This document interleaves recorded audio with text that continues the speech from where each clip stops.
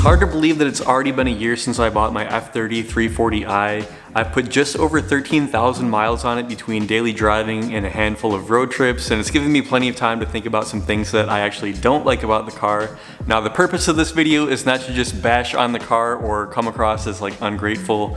I just want to share my opinions as an owner on some things that I don't like about this car for anyone that might be thinking about buying one of these. The first thing that I hate, and this isn't even on the list, but why does my car smell like crayons? Let's start off with steering feel, which is arguably the worst thing about this car. Prior Generation 3 series had hydraulic power steering, which feels heavy and translates information from the road through the wheel, helping you feel more connected with the driving experience. Now with the F30 generation, they switched to electric power steering, which feels really numb in comparison, and you can practically steer the car with one finger. Yes, you can improve the steering feel slightly by installing a strut tower brace, by fitting stickier, wider tires in the front. You can even retrofit some of the F80 M3 suspension components, but it's never going to feel quite like hydraulic steering. And if the F30 is going to be your first car, you might not even notice, you might not know what you're missing out on. But if you're like me, coming from an E90 or an older BMW generation, the steering feel is definitely going to be the first thing that you notice. BMW has been criticized for the amount of plastic parts that they use in their cars, and the F30 unfortunately is no exception to that. You open up the hood and all you see is plastic valve cover, plastic charge pipe. Even the jacking points for when you're lifting the car up are just made out of plastic. I'm convinced that they would make the pistons out of plastic if they could figure out a way. When I bought the car with just 37,000 miles on it, it already had an issue where the plastic clip that holds the parking brake cables to the underside of the car had broken, allowing the cables to hang down and drag on the drive shaft to make a horrible noise.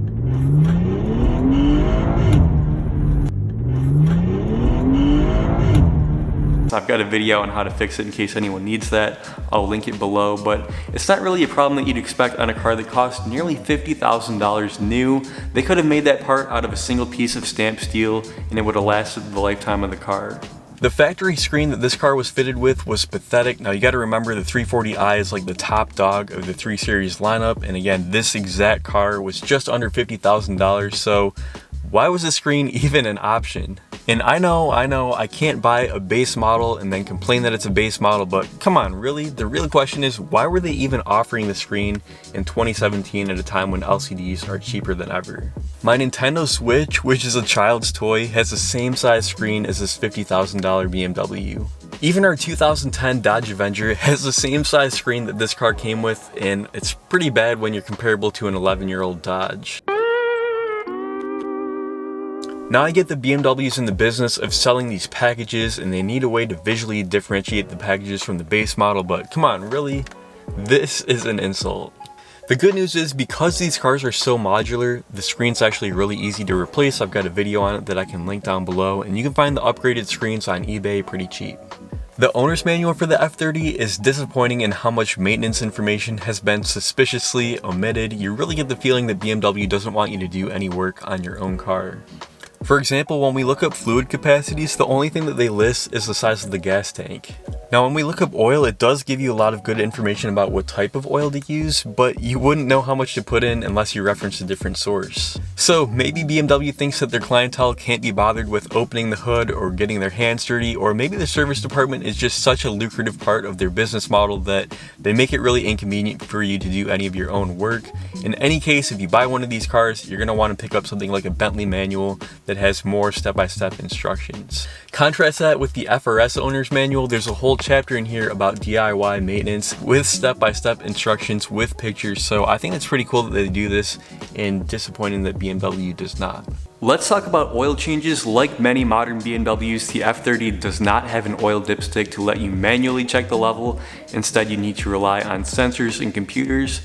The problem is that the car actually needs to be at operating temperature to even get a level reading. That means that you need to be super careful measuring the oil when you do your oil change, because you're gonna have to let the car idle for about 5 minutes afterward before you can even check the level. On the 340i specifically, with the B58 engine, the oil filter is a little bit harder to reach than some other BMW inline 6 engines. A lot of BMW engines have the oil filter right on the front. It's really easy to reach.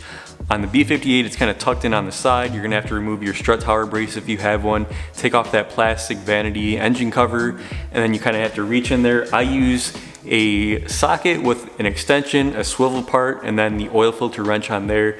Just be careful because the oil filter cap is plastic. Hey Dad, Justin is doing a video on things he hates about his Beamer. He said to send him a 30-second cameo about what you hate about your... Oh, that's easy. I can't stand his steering wheel. I hate his interior. I hate his wheels. No, he wants to know what you hate about your Beamer. Oh, well in that case, if you got these BMW locking wheel bolts, get rid of them now. They're just gonna break and you're gonna end up stripping one in the wheel and it's gonna cost you 200 bucks in the long run. Jesus Christ.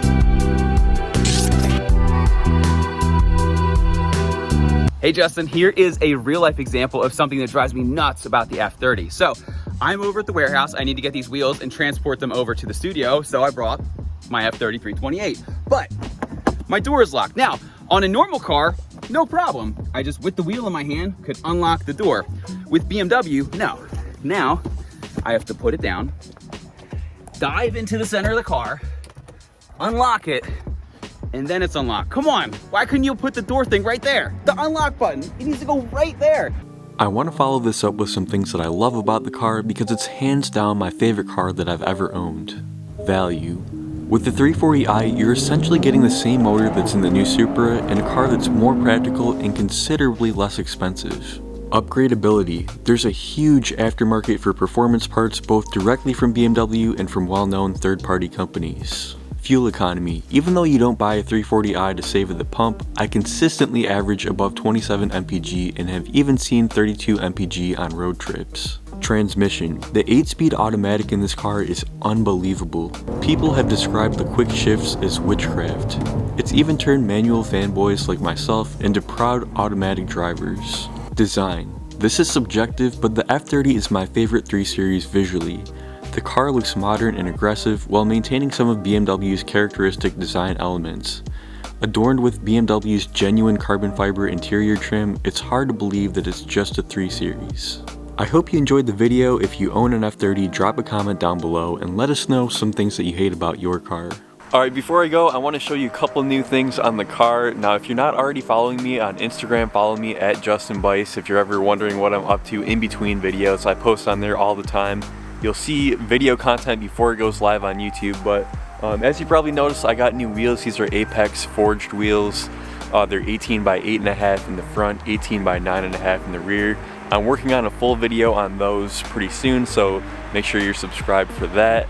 Coming around to the back here, I managed to get the license plate B58. Now, I thought it was pretty interesting. I posted this on Instagram and a few people messaged and asked how much that would cost. And apparently, I guess in some parts of Europe, it's like extremely expensive to get a custom plate like that.